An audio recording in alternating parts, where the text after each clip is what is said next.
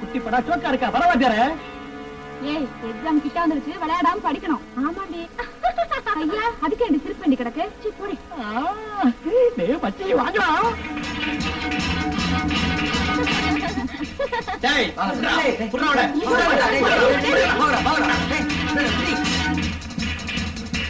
அந்த பக்கத்துல ஒரு பொண்ணை தொத்திட்டு ஓடுறாங்க.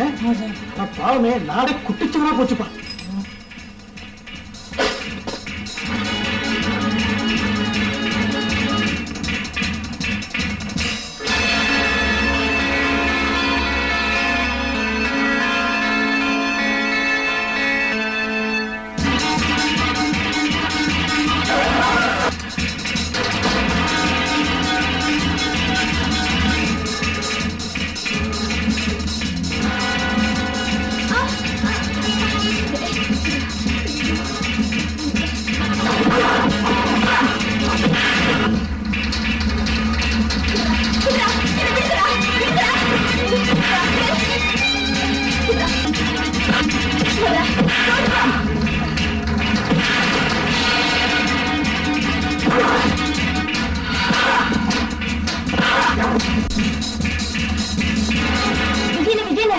என்னம்மா? உன் தங்கச்சியை 4 மடங்கு துரத்திட்டு போறாங்க.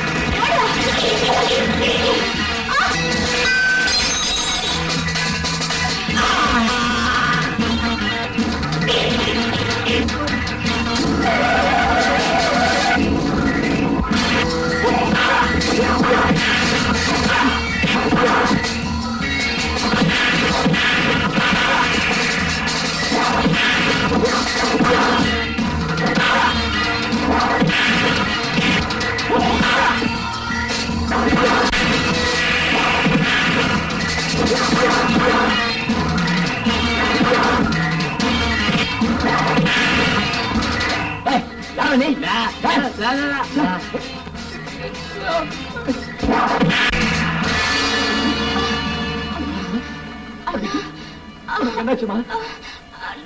தங்கச்சி தங்கச்சி தங்கச்சி தங்கச்சி தங்கச்சி உன்னை இந்த கதிக்கு ஆளாக்குற பாவிகள் அத்தனை பேரையும் பழி வாங்காம நான் சாக மாட்டேன். அதுதான் என் லட்சியம். உண்மையில ஆன ஆளுவற்ற இடத்துல ஒருத்தன் கொலை பண்ணதுக்காக உன்னை கைது செய்யறேன். ஆமா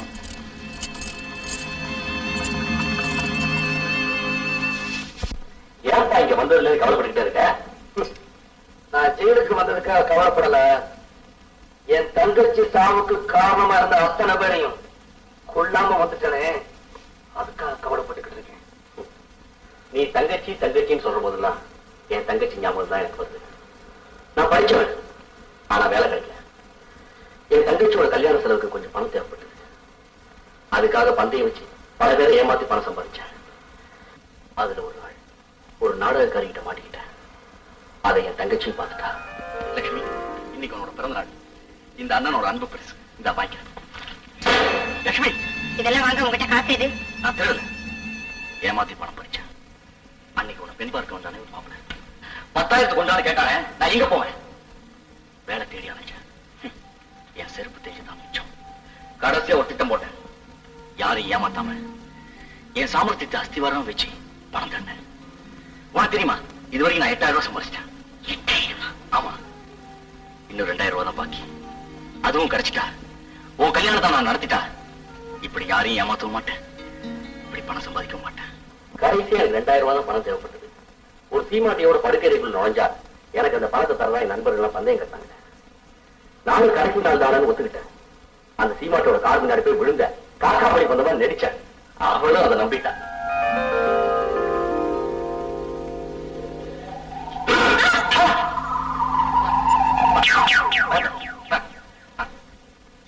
எனக்கு காக்கா வழி பண்ணு நீங்க எல்லாம் நம்பிட்டீங்கல்ல, அது போதும், நான் பொழைச்சுக்குவேன்.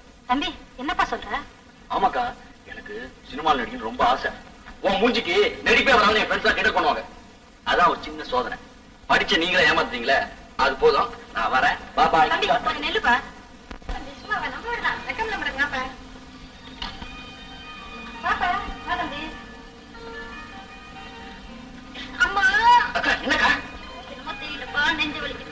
யாருக்கு போன் பண்ணுவா? அடிக்கடி வர நெஞ்சு விடு தடை விட்டா சரியா போகும் தடை இல்லையா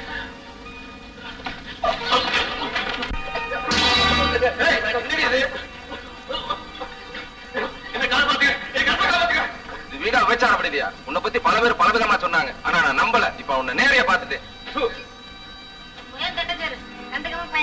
வானமுள்ள எந்த புருஷனும் உன்னோட வாழ மாட்டாண்டி. அடி கழுத. பெண்டாட்டியை கொண்டு அந்த படுபாவி பழைய ஏமல சுமத்தான். நானும் இங்க வந்துட்டேன். ஆமா, ஒரு தங்கச்சி எங்க இருக்கு? புதுக்குடி வனம், சொந்த ஊர். அங்க உறவுக்காரன் வீட்டுல இருக்கா.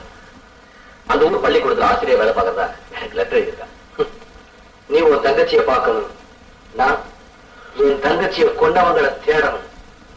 அதுக்கு வழி இங்கிருந்து தப்பிக்கிறது தான்.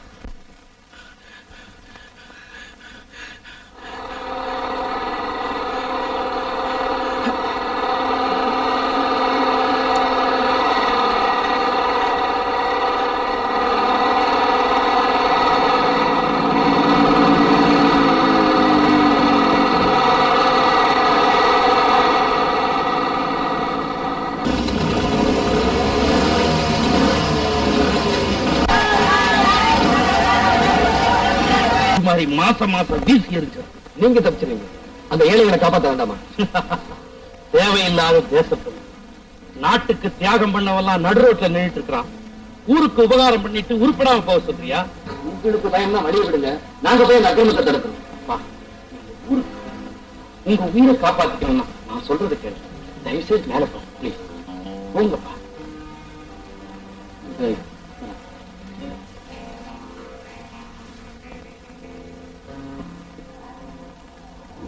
கொண்டாட்டி என்ன பாடுபடுத்த பாருடா.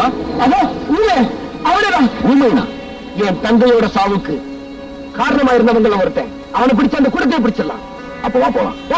அந்த அளவு விட மாட்டாரே. இப்ப என்ன பண்றது?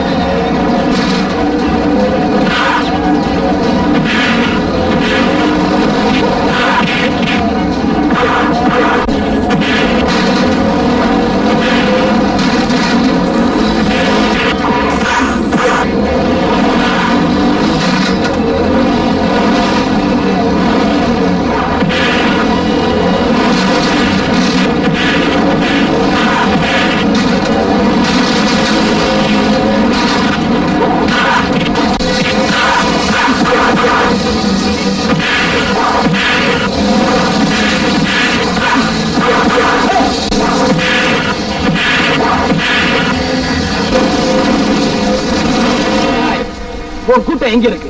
எதுக்காக ஊமை மாதிரி நடிச்ச?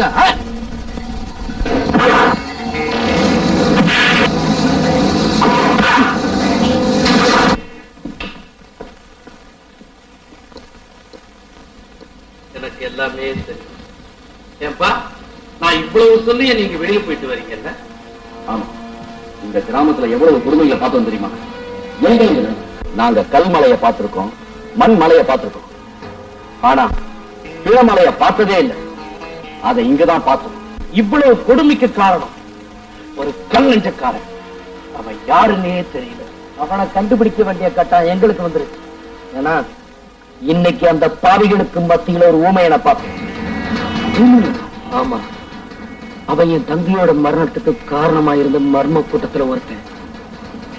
அப்படின்னா அந்த கூட்டமும் அந்த கூட்டத்தோட தலைவனும் புதிதா இருக்கணும். அவனை கண்டுபிடிச்சு உயிரை வாங்காம நான் இந்த ஊரை விட்டு போக மாட்டேன். தம்பி உணர்ச்சி வசப்படாத, முதல்ல சாப்பிடுவோம், அப்புறம் மற்றதெல்லாம் பேசுவோம். வா வா. என் தங்கச்சியை தேடி இங்க வந்தோம். ஆனா இங்க நடக்கிறதுலாம் பார்த்தா நாம ஒரு தங்கச்சிக்காக வருத்தப்படுறோம். நம்ம கூட பிறக்காத 1000 தங்கச்சி இங்க அவதிப்படுறாங்க. நமக்கு ஏற்பட்ட துன்பம் கடுகு, இங்க நடக்கிறதோ கடன். இனிமே சுயநலம் வேண்டாம், பொது நலம்தான். ஊருக்கு உழைப்போம், நல்லது நடக்கும். அந்த ஊமையை மட்டும் கண்டுபிடிச்சிட்டா எல்லாத்துக்கும் ஒரு விடை கிடைக்கும். என்னப்பா அதிகாலையிலேயே புறப்பட்டீங்க? நேத்து நாங்க போட்ட சபதத்தை மறந்துட்டீங்களா? எனக்கு எல்லாமே தெரியும். அந்த ஊமையை கண்டுபிடிக்கத்தானே? ஆமா, அவன் மூலமா அந்த கூட்டத்தை கண்டுபிடிக்க. நானும் அதுக்காகத்தான் காத்துட்டு புறப்படலாமா?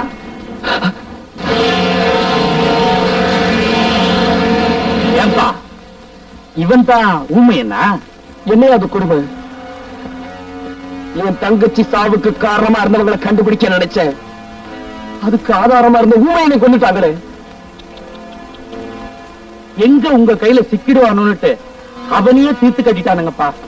அப்பா கொஞ்சம் ஏமாந்தீங்கன்னா உங்களுக்கு இதே கழுதான்ப்பா. எதுக்கும் உங்க ஊரை பார்த்து போயிடுங்கப்பா.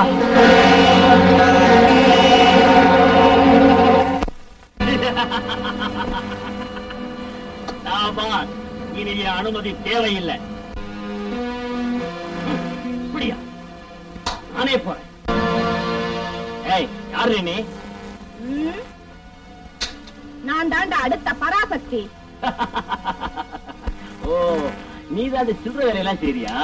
ஆமாண்டா, இப்பதான் ஆரம்பிச்சிருக்கேன். ஏய், என்னடா பாத்துக்கிட்டு நிக்கிறீங்க? ஆட்டு தோலை உரிக்கிற மாதிரி உரிகளா இவன?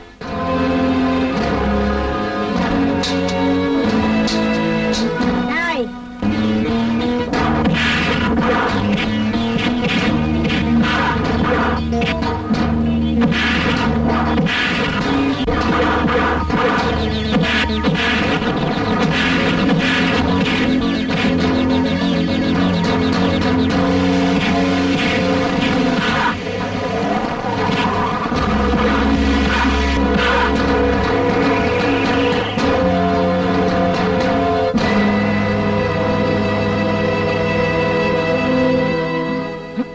எங்கடா அந்த பொண்ணை காணமே? அதோ போறே.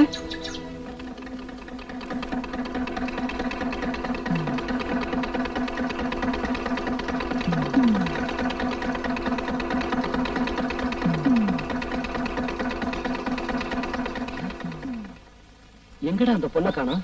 இந்த பக்கம் போனா? வாங்கடா, வாங்க. யாரு நீங்க? வாங்க நீங்க.